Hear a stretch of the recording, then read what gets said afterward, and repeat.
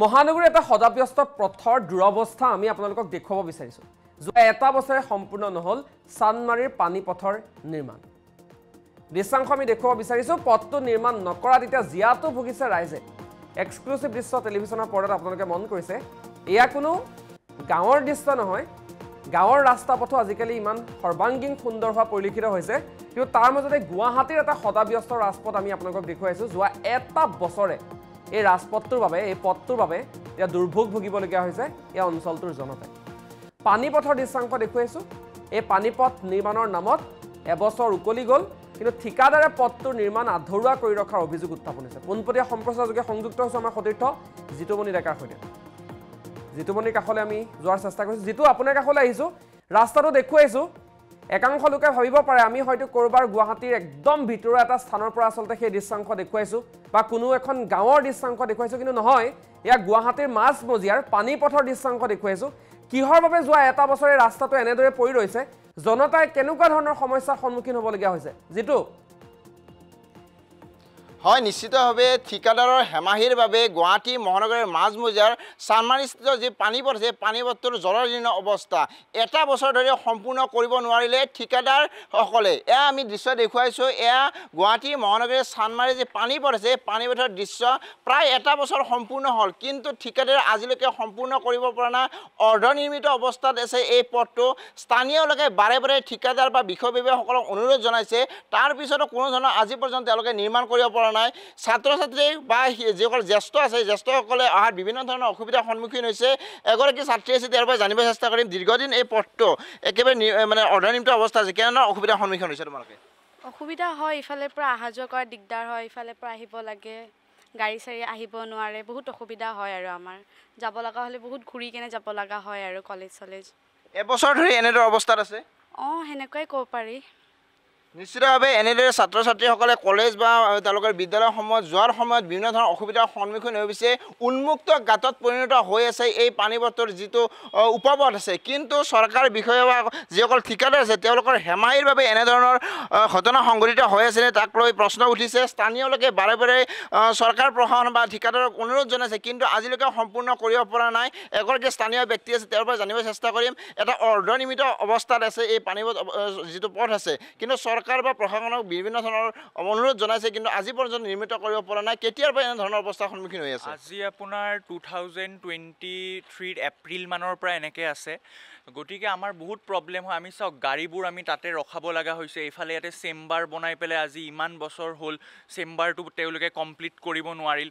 এই স্কিমটো যোনটো মানে আপোনাৰ এই প্ৰজেক্টটো কৰিছিল, সেইটো আছিলে আপোনাৰ ফ্লাড ৰিলিফ স্কিম বুলি। সেইটোৰ কাৰণে এতিয়া দেখোন উল্টা ফ্লাড হ'ব। ক'ৰ পৰা ফ্লাড ৰিলিফ হ'ল? এতিয়া দেখোন আমাৰ সেই স্কিমটোৰ কাৰণেহে আমাৰ প্ৰব্লেম হৈছে। ৰাস্তাটো যদি আগতে আমাৰ যেনেকুৱা আছিল সেনেকুৱা যদি কৰি থ'লে তেতিয়াই চাগে আমাৰ ইমান প্ৰব্লেম নহ'লে এতিয়া যিমান প্ৰব্লেম হৈ আছে। আপোনাৰ ইয়াতে দুজন ভায়েক কণ্ট্ৰেক্টৰ হৈছে, দিলীপ পাটোৱাৰী আৰু ৰমেন পাটোৱাৰী বুলি। তেখেতসকলে এই এনেকৈ আপোনাৰ ৰাস্তাটো পেলাই থৈ দিছে। তেখেতসকলক কথা ক'লে তেখেতসকলে কথা নুশুনে। গতিকে আমি কমপ্লেইন দি মানে পূৰা হাবাধুৰি খাইছোঁ আৰু এতিয়া চৰকাৰক আমি অনুৰোধ জনাইছোঁ যে ৰাস্তাটো সোনকালকৈ কৰি দিব লাগে। কলেজ যাওঁতে দিগদাৰী হয়, আমাৰ গাড়ীবিলাকে দিনে ৰাতি আমি ৰাস্তাত থওঁ। ইফালে ফায়াৰ ব্ৰিগেড আহিব নোৱাৰিব, আপোনাৰ এম্বুলেঞ্চ আহিব নোৱাৰিব, মানুহ কেনেকৈ অহা যোৱা কৰিব? এতিয়া যোনবিলাক আমাৰ গাৰ্বেজৰ কাৰণে যোনবিলাক গাৰ্বেজৰ এই গাড়ীবোৰ আহে GMCৰ পৰা, সেই গাড়ীবোৰ আহিব পৰা নাই। আমাৰ জাবৰ জোঁথৰবোৰ আমি দিব পৰা নাই। বহুত প্ৰব্লেম হৈছে। 200তকৈ অধিক পৰিয়ালে এই পথটোৰ উপভোগ কৰি আহিছে। আপুনি ইতিমধ্যে উল্লেখ কৰিছে যে যিহেতু স্লেব আছে, স্লেববোৰ উন্মুক্ত কৰি ৰাখিছে। এই ক্ষেত্ৰত বিভিন্ন ধৰণৰ অসুবিধাৰ সন্মুখীন হৈ আছে আপোনালোকৰ? হয়, এই নলাটোৱে মেইন নলা। এইটো জ্যোতিনগৰৰ পৰা এই নালাটো দি কানেক্ট হৈ পেলাই গোটেই পানীটো চানমাৰীলৈ আপোনাৰ ওলায়। কিন্তু এই পানীটোৰ ইয়াতে যোৱা বছৰ সৰু বাচ্চা এটাও ঢুকাইছে। 7 দিনৰ কাৰণে যাক মানে তেওঁক বিচাৰি পোৱা নাছিলে, পাছত ৰাজগড় নেকত পালে। এইটো নালাই দিয়ে পাছ হৈ গৈছে। আৰু সেইফালে 3-4খন স্লেব আপুনি যিটো মানে আৰু এটা ছাইড আছে, সেই ছাইডটোত খুলি থোৱা আছে, উন্মুক্তভাৱে আছে। আৰু আমাৰ এটা ছাইডো খোলা নাই, তাৰমানে যিটো দি আমি যাব পাৰোঁ। ইভেন এইফালেদিতো আপোনালোকে দেখা পাইছে যে মানুহো যাব ভালকৈ পৰা নাই। এবছৰ আগতে অবিনাশ নামৰ এজন ল'ৰাৰ যিহেতু এই উন্মুক্ত গাঁতত পৰি মৃত্যুমুখত পৰিছিল, এই পথটোৱে আছিল চাগে? হয়, এইফালেদি পাৰ হৈ গৈছে। ইয়াৰ পিছতো তেওঁলোকে চৰকাৰ প্ৰশাসনক কোনো ধৰণৰ ব্যৱস্থা গ্ৰহণ নকৰিলে।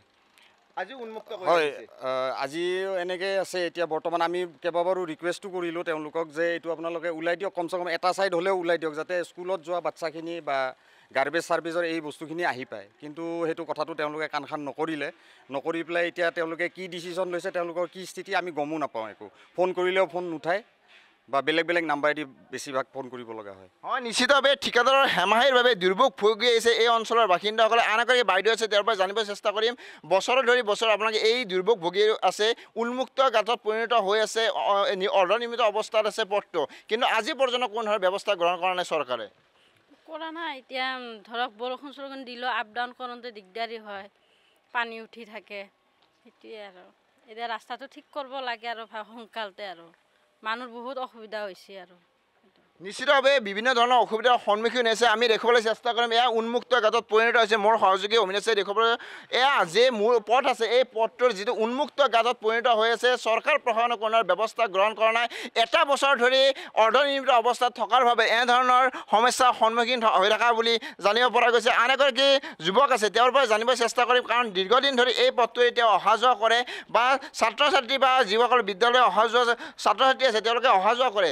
নিশ্চিতভাৱে এই পথটোৱে তুমি অহা যোৱা কৰা বিভিন্ন সমস্যাৰ সন্মুখীন হৈ আছা। এটা বছৰ ধৰি অৰ্ধনিৰ্মিত অৱস্থাত আছে এই পথটো, কি ক'বা চৰকাৰক? মানে আমাৰ স্কুলৰ পৰা অহা যোৱা কৰিবৰ কাৰণেও দিগদাৰ হৈ আছে, আৰু এইমাত্ৰ আপোনালোকে দেখা পাইছে ভাইটিক এই নালাটোৰ ছাইডৰ পৰা নিব লগা হৈছে। ইফালে গাড়ী বাইক ইমান দিনৰ পৰা যাব পৰা নাই, সেইটোৱে আৰু বহুত দিগদাৰ হৈ আছে বছৰৰ পৰা। ঠিক আছে, ধন্যবাদ জ্ঞাপন কৰিছোঁ জিতুমণি। আৰু এইদৰে আচলতে জনতাৰ ক্ষোভৰ বহিঃপ্ৰকাশ ঘটাও পৰিলক্ষিত হৈছে। কোনো কাৰণতে এইটো ৰাস্তাৰে এইসকল লোক যাব নোৱাৰে, আৰু সকলোৱে এটাই মন্তব্য কৰিছে যে গুৱাহাটীৰ মাজমজিয়াৰ এটা পথ নিৰ্মাণত ইমান দিন লাগে নেকি? যদিওবা তেওঁলোকক পথটো নিৰ্মাণত সময় লাগিছে, উন্মুক্ত নলা, কোনো ধৰণৰ আচলতে এইসকল লোকৰ সৈতে ফোনযোগে কোনো বাৰ্তালাপ নকৰে।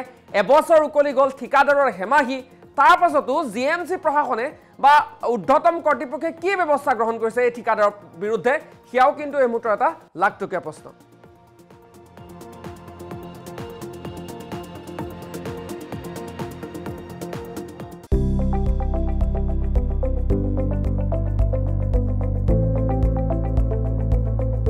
NB নিউজ, সহজ সৰল ভাষাত নৱভাৰতৰ কথা।